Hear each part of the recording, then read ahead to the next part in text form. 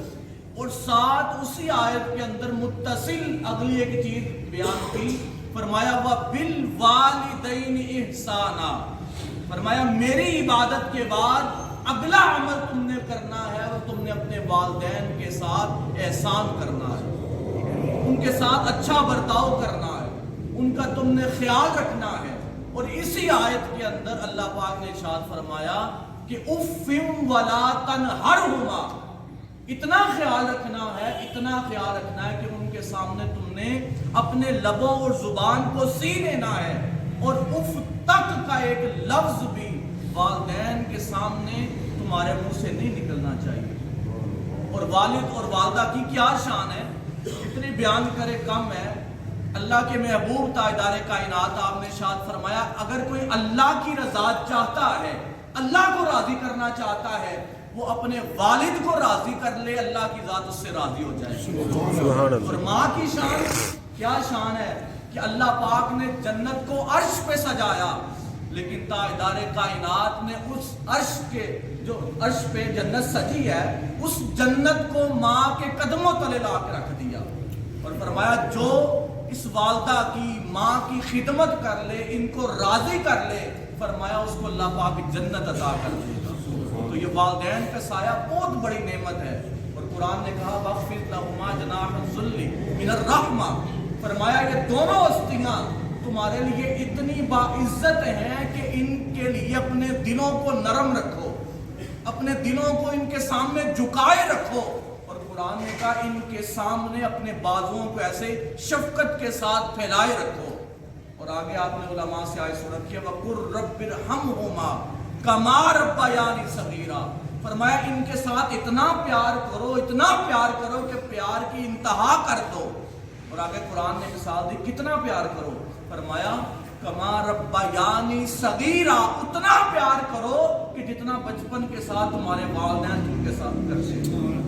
کہ ماں رات کو بیدار ہوتی ہے، بستر اگر بچہ خراب کرتا ہے، پیشاب کرتا ہے، تو ماں خود گیلے بستر پہ سونا پسند کرتی ہے، بچے کو اٹھا کے دوسرے بستر پہ اور خشک جگہ پہ لٹاتی ہے۔ تو قرآن نے وہ مثال دی، فرمایا جس طرح والدین نے بچپن میں تمہاری ساتھ محبت کا حق ادا کیا، اب ان کو ضرورت ہے کہ تم ان کے ساتھ محبت کا حق ادا کرو۔ اور پھر جب والدین اس دنیا سے چلے جائیں تو ان کے لیے کیا کرنا چاہیے، فرمایا ان کے لیے صدقہ و خیرات کرنا چاہیے۔ صحابہ نے پوچھا آقا یہ صدقہ و خیرات اگر ہم والدین کی طرف سے کریں گے تو ان کو کیا اجر ملے گا؟ فرمایا اگر زندگی کے اندر کوئی ان سے گناہ سرزد ہو گئے ہوں گے تو فرمایا یہ صدقہ و خیرات ان کی طرف سے ان کے گناہوں کا کفارہ بن جائے گا۔ اور بڑی مشہور مثال ہے، جو مدینہ پاک گئے اللہ پاک ان کو زیارت پھر عطا کرے، جو نہیں گئے بار بار جانا نصیب کرے۔ وہاں حضرت ام سعد کے نام سے کنواں مشہور ہے۔ حضرت سعد مدینہ کے اندر موجود نہیں تھی، ان کی والدہ کا وصال ہو گیا، جب واپس آئے پتہ چلا کہ والدہ فوت ہو گئی ہیں، تو پوچھا آقا میں ان کی طرف سے کیا صدقہ و خیرات کروں؟ تو تاجدار کائنات نے دیکھا کہ اہل مدینہ کو پانی کا مسئلہ ہے، تو آپ نے ارشاد فرمایا اے سعد تم اپنی والدہ کی طرف سے کنواں کھدوا دو، پانی کا اہتمام کر دو، یہ ان کے لیے بہترین صدقہ و خیرات۔ تو اس وقت پانی کی ضرورت تھی، حضرت سعد نے کنواں کھدوایا، اور آج بھی کنویں کے اوپر ام سعد کے نام سے لکھا ہوا ہے۔ تو جو صدقہ و خیرات کریں گے والدین کی طرف سے وہ ان کو اجر و ثواب پہنچے گا۔ اور آخری حدیث مبارکہ آپ کی بہت شکریہ کر دوں، آقا علیہ السلام نے ارشاد فرمایا کہ ایک مومن کے دوسرے مومن پر 6 حق ہیں جن کو ادا کرنا ضروری ہے۔ تو صحابہ نے پوچھا آقا وہ 6 حق کون سے ہیں؟ فرمایا پہلا حق یہ ہے کہ جب 2 مسلمان مومن ملیں تو وہ سلام کرے ایک دوسرے کو، اور دوسرے کا حق ہے وہ اس کا جواب دے۔ پھر اگلی چیز پوچھی گئی، فرمایا اگلا یہ ہے کہ جب تمہیں کوئی دعوت دے تمہارا بھائی تو تم اس کی دعوت کو قبول کرو، جب تم سے مشورہ مانگے تو فرمایا اس کو اچھا مشورہ دو، اور اسی طرح فرمایا جب تمہارے ایک مومن بھائی کو چھینک آئے اور وہ الحمدللہ کہے تو فرمایا تمہارے اوپر یہ حق ہے کہ تم اس کا جواب یرحمک اللہ کی صورت میں کہو. اور اگلی چیز فرمایا اگر کوئی تمہارا مسلمان بھائی بیمار ہو جائے تو فرمایا اس کا حق یہ ہے کہ تم اس کی جا کے عیادت کرو. اور اگلی چیز فرمایا جو ہم سب کے لیے میسج ہے، فرمایا اسی طرح اگر تمہارا کوئی مومن بھائی اس دنیا سے چلا جائے تو اس کے جنازہ پڑھنا فرمایا یہ بھی ایک مومن کا حق ہے، تو ان کو ادا کرو. ایک عرابی آقا صلی اللہ علیہ وسلم کی خدمت پہ حاضر ہوئے، انہوں نے ارشاد فرمایا کہ آقا مجھے کوئی نصیحت فرما دیں. اور اس نے یہ سوال کیا، فرمایا کہ آپ نے ایھا المؤمنین افضل، سوال کیا کہ آقا کون سا مومن سب سے زیادہ افضل ہے، کس کا ایمان اچھا ہے؟ تو تاجدار کائنات نے ارشاد فرمایا قال احسنهم خلقا، فرمایا مومن وہ افضل ہے، اس کا ایمان بلند ہے، فرمایا جس کا اخلاق اچھا ہے، جو لوگوں کے ساتھ اچھے برتاؤ کے ساتھ پیش آتا ہے. پھر اس نے سوال کیا آقا کون سا مومن ایھا المؤمنین اقیس، فرمایا کون سا مومن عقل مند ہے؟ تو تاجدار کائنات نے ارشاد فرمایا جو آج کا پیغام ہے گفتگو کو ختم کر رہا ہوں، فرمایا قال اکثرهم للذکر الموت، فرمایا عقل مند مومن وہ ہے جو اپنی موت کو کثرت کے ساتھ یاد کرتا ہے، اس کی تیاری کرتا ہے. تو ایک چیز آج اپنے پلے باندھ کے جائیں، اپنے اخلاق کو بہتر کریں، اور دوسرا ہر وقت ہر لمحہ اپنی موت اور قبر کو یاد کریں. اللہ پاک ہم سب کو کامل مومن بننے کی توفیق عطا فرمائے، اور ہمارے جو عزیز و اقارب پچھڑ گئے ہیں اللہ پاک ان کی کامل مغفرت فرمائے. آخر دعوانا اعوذ باللہ.